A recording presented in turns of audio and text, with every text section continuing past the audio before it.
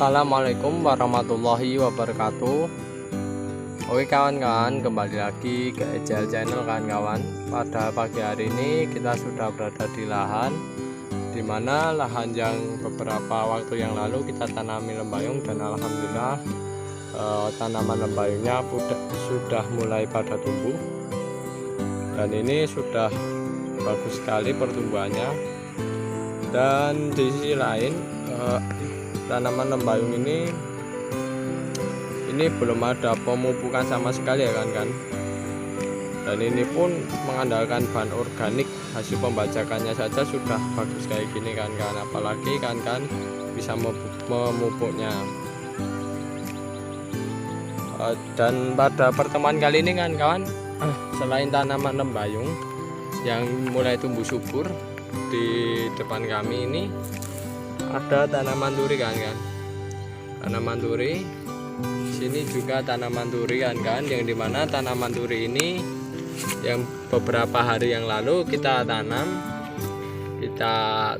di lahan ini, agar nantinya ketika tanaman lembayung ini sudah mulai panen, tanaman durinya sudah mulai tumbuh juga, sehingga kita tidak menunggu waktu yang cukup lama untuk memanen berikutnya untuk tanaman durinya kan kawan.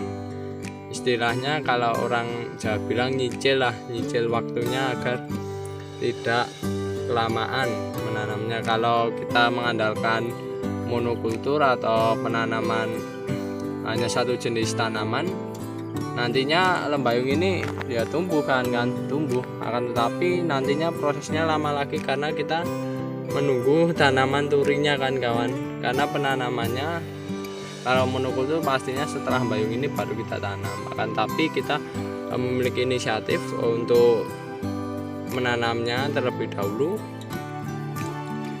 bersamaan dengan lembayung ini. Yang jelas nantinya kita jaga tanaman ini agar tidak tergerogoti dengan ini kan kawan, tanaman lembayung.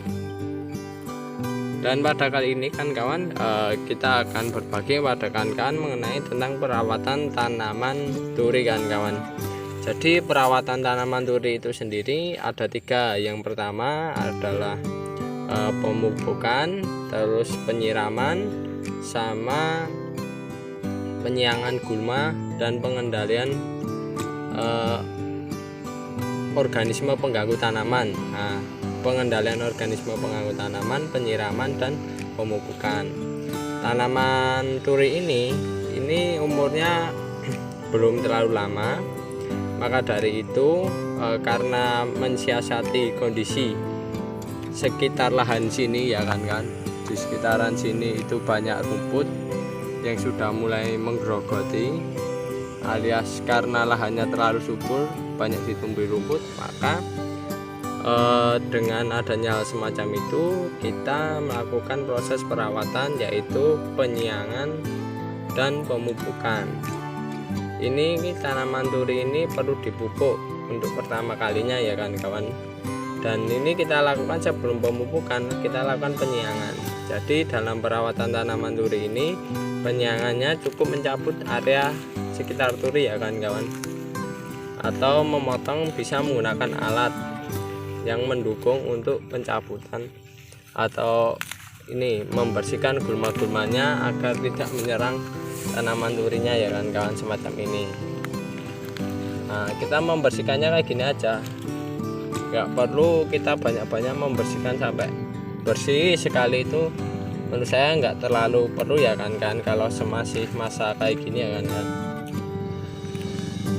Ini kita bersihkan dengan kondisi sekitarnya saja, istilahnya kurang lebih seginilah kan. Nah, diameternya kurang lebih segini, itu minimal lahan di sekitar tanaman duri itu bersih dari gulma-gulma kan, minimal itu kan.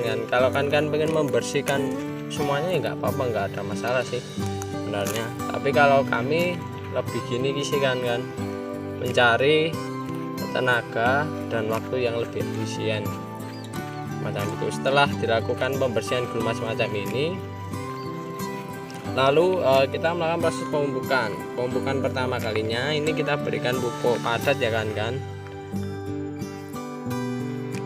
Kita berikan pupuk padat karena ini musimnya belum menentu dan ini baru pertama kali pemupukan kan. Jadi kalau kita berikan pupuk kimia saya rasa juga bisa, enggak masalah, tapi yang jadi permasalahan kita ingin memperlakukan tanaman turi ini dengan perlakuan secara organik ya kawan-kawan, secara organik. Maka dari itu dengan perlakuan secara organik alangkah lebih baiknya menggunakan pupuk kandang yang sifatnya lebih gratis, dan pupuk kimia kan sekarang mulai melonjak naik harganya kan. Nah, maka dari hal tersebut kita melakukan proses pemupukan dengan mensiasati pupuk dengan perlakuan secara alami kan.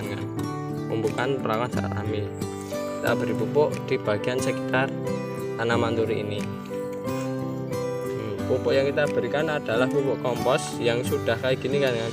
Ini adalah sebenarnya bahan bakunya pupuk kandang, yang dimana pupuk kandang ini sudah lama ya kan, sudah lama sehingga bentuknya kayak tanah kan kawan, mawur. Untuk kita pupuk, pemupukannya kita gak genggam saja sudah cukup ya kan. Dan ini pemupukannya kalau musim penghujan ini lebih intensif ya kan, kalau kita perlakuannya secara organik semacam itu. Kita pupuk kayak gini saja, nanti insya Allah pertumbuhan dari tanaman turi ini insya Allah bagus, dan nantinya kita suplai juga dengan penggunaan pupuk cair ya kan kawan, macam itu. Mulai yang sini kan kawan,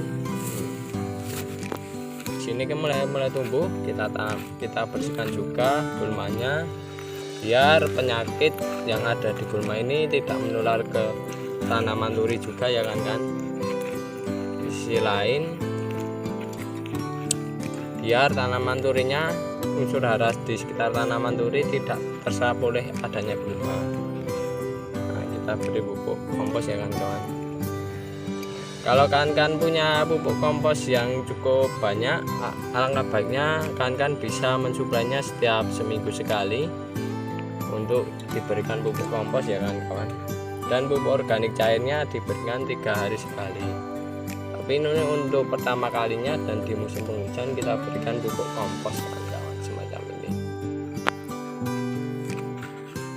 biar pertumbuhannya semacam itu. Dan di sisi lain pupuk kompos ini juga memiliki manfaat sebagai penampung air ya kan kawan, ketika kondisinya kekeringan dan ketika kondisinya basah. Ini sifatnya kayak spons, menyerap air hanya sebutuhnya saja, selebihnya dibuang atau tidak diserap oleh si kompos ini.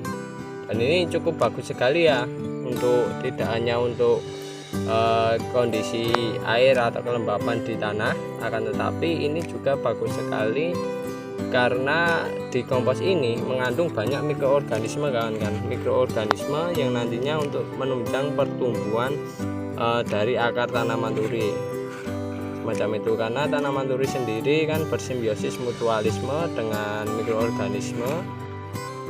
Oleh sebab itu dengan pemberian bahan-bahan organik semacam ini cukup penting kan, semacam itu, untuk organismenya tetap tumbuh dan istilahnya tidak mati semacam itu. Dan ini proses kita lakukan secara terus menerus hingga sana ya kan mantap.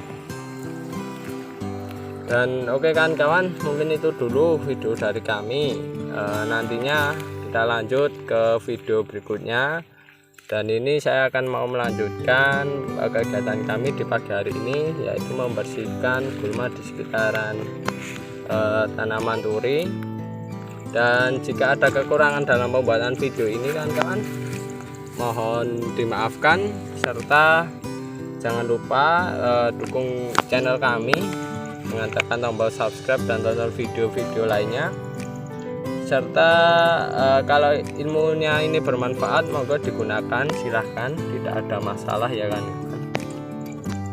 silahkan digunakan semaksimal mungkin. Mungkin itu dulu dari kami, kurang lebihnya mohon maaf. Wassalamualaikum warahmatullahi wabarakatuh.